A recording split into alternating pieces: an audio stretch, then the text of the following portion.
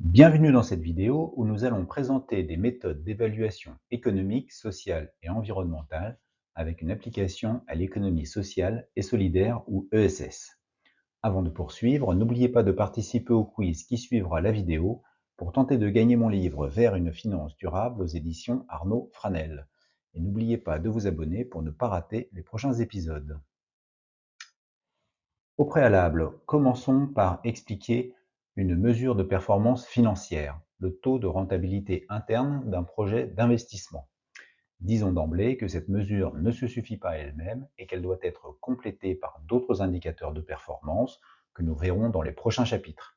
Mais c'est une notion très utile car elle pourra dans certains cas être adaptée pour mesurer une performance économique, sociale ou environnementale. Le taux de rentabilité interne mesure la performance d'un investissement sur la base des flux de trésorerie disponibles que cet investissement va générer à l'avenir. Pour un investissement donné, plus un projet génère de flux de trésorerie dans un avenir proche, plus son TRI sera élevé et inversement. D'un point de vue mathématique, le taux de rentabilité vient égaliser l'investissement initial et la somme des flux de trésorerie futurs actualisés au taux TRI. D'un point de vue financier, le taux de rentabilité interne rend deux scénarios équivalents pour le financeur. Dans un premier scénario d'investissement, le financeur place une somme initiale I à un taux TRI constant pendant N années. Il attend N années pour revendre sa participation ou liquider les actifs du projet selon les cas. Dans un deuxième scénario d'investissement, le financeur place une somme initiale I et perçoit tous les flux de trésorerie et les réinjecte dans le projet sur la durée restante du projet, ou éventuellement dans d'autres placements offrant le même taux TRI. Il dénoue ses positions au bout de N années. Alors, nous verrons d'abord la chronologie des méthodes d'évaluation économique, sociale et environnementale, puis nous verrons une brève présentation de l'ESS en France, et enfin nous terminerons par l'évaluation de projets d'économie sociale et solidaire. Nous commençons par la chronologie. Les méthodes d'évaluation économique, sociale et environnementale se sont développées progressivement depuis la Seconde Guerre mondiale, d'abord pour répondre au besoin d'évaluer l'efficacité des politiques publiques en Europe alors en pleine reconstruction, puis ces méthodes se sont élargies à d'autres régions du monde à partir des années 60. L'OCDE et la Banque mondiale développent des cadres d'analyse de projets d'investissement et de leurs retombées économiques à l'échelle des pays. À partir des années 70, des systèmes de comptabilité sociale et environnementale se développent, notamment au Royaume-Uni, mais aussi en France, avec la notion de bilan social des entreprises, introduit par la loi du 12 juillet 1977, et la comptabilité en triple capital, financier, humain et environnemental, sur laquelle reviendra le dernier chapitre de mon livre avec l'interview de Jacques Richard, inventeur de la comptabilité CARE. Dans les années 2000, les fondations Rockefeller et Goldman Sachs développent un cadre d'analyse de l'impact social de façon à choisir en priorité les projets ayant le plus d'impact auprès des populations. En France, des travaux sur l'utilité sociale ont été menés dès la fin des années 2010 par les chercheurs de l'école de commerce ESSEC avec l'association d'intérêt général Avise qui conseille les entreprises sur les sujets ESS. La loi du 31 juillet 2014 a permis de définir juridiquement ce qu'est l'économie sociale et solidaire, nous y reviendrons, et de faire bénéficier les entreprises d'avantages fiscaux dans certaines conditions. Plus récemment, la loi Pacte de 2019 a introduit le concept de société à mission qui élargit le périmètre des entreprises qui cherchent à avoir un impact positif sur la société et l'environnement et qui donne à la question de l'évaluation de l'impact un rôle central. Au niveau international, l'ONU a reconnu en 2024 l'utilité de l'ESS pour accélérer la réalisation des objectifs de développement durable.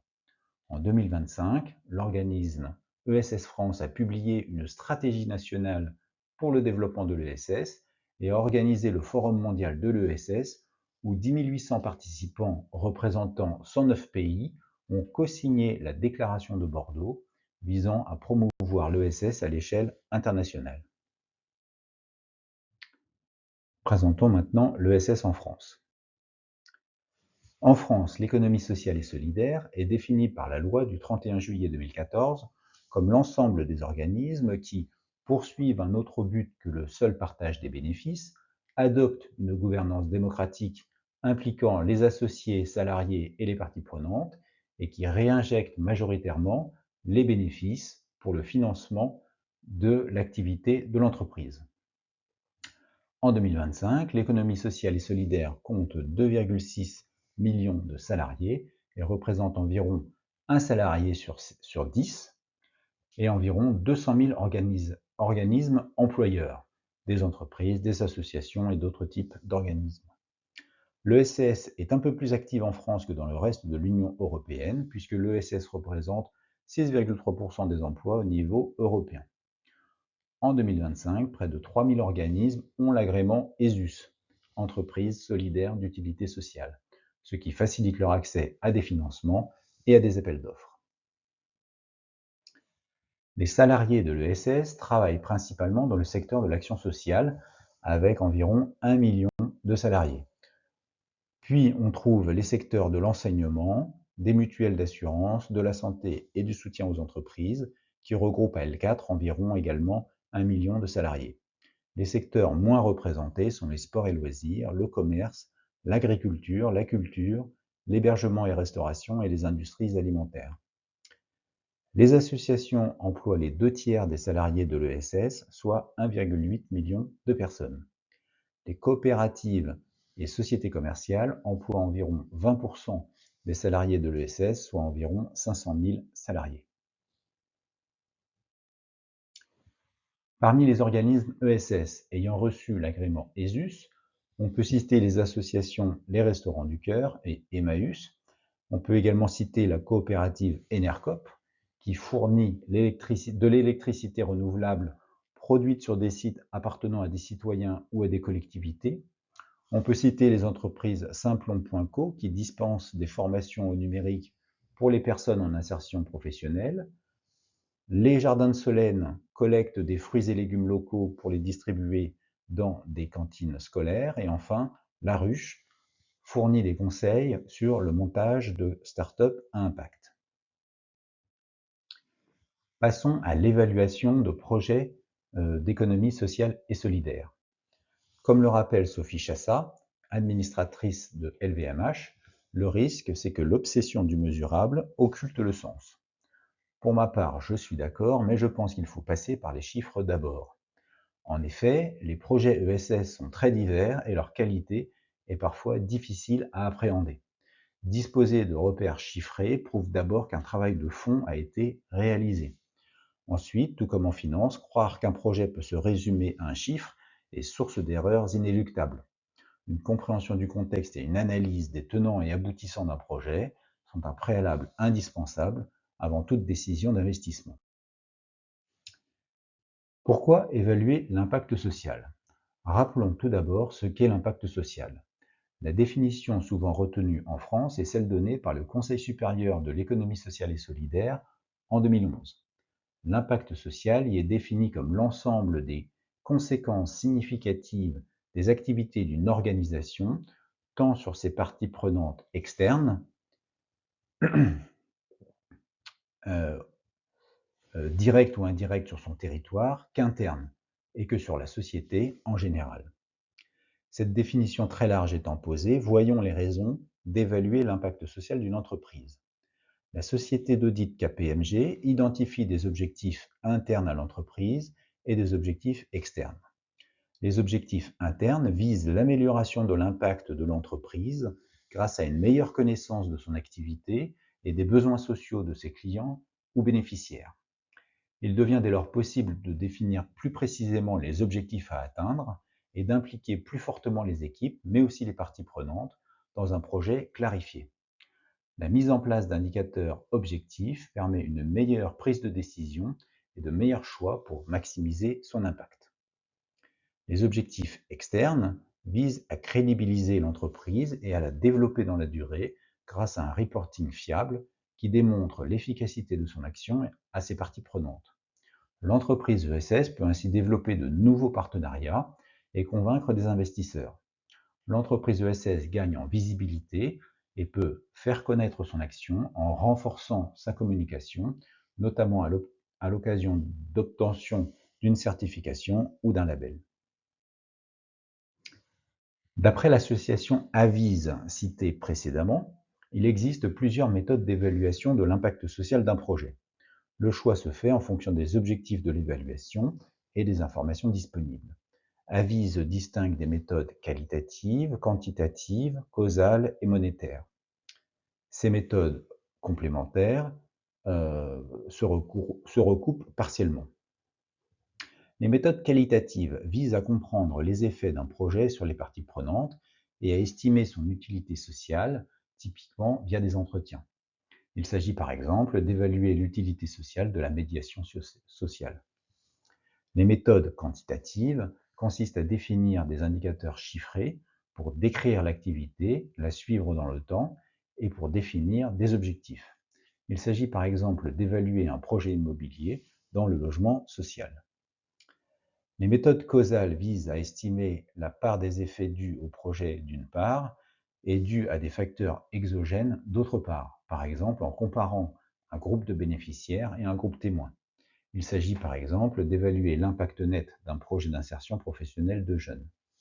Enfin, les méthodes monétaires et comptables se basent sur la monétarisation des bénéfices sociaux d'un projet. Il s'agit de prendre en compte les impacts financiers, par exemple de meilleurs salaires ou les coûts évités pour la société, mais aussi les impacts non financiers, comme l'amélioration du moral des bénéficiaires. Les impacts non financiers sont monétarisés sur la base d'un proxy, c'est-à-dire d'un scénario équivalent payant qui conduirait au même résultat. Par exemple, le prix d'une thérapie qui améliorerait le moral des bénéficiaires. Les méthodes monétaires rapportent la valeur sociale aux contributions financières et humaines qui ont été nécessaires pour réaliser le projet. La force de cette approche est de pouvoir conclure qu'un euro injecté dans un projet génère X euros de valeur sociale. On parle alors de retour social sur investissement ou SROI pour Social Return on Investment en anglais. L'évaluation du retour social sur investissement est un processus en 6 étapes décrites dans le guide du retour social sur investissement de l'Institut de l'innovation et de l'entrepreneuriat social de l'ESSEC. Certaines étapes sont communes à toutes les méthodes d'évaluation de l'impact social, d'autres sont spécifiques à la méthode SROI. La première étape vise le périmètre du projet. Donc, on y définit le champ d'application du projet et on identifie les parties prenantes concernées, c'est-à-dire les personnes et organisations qui seront impactées positivement ou négativement par le projet. Il est essentiel d'impliquer les parties prenantes dans l'évaluation, car elles sont les mieux placées pour décrire l'impact social du projet. La deuxième étape vise à expliciter les contributions financières et humaines nécessaires à la réalisation du projet.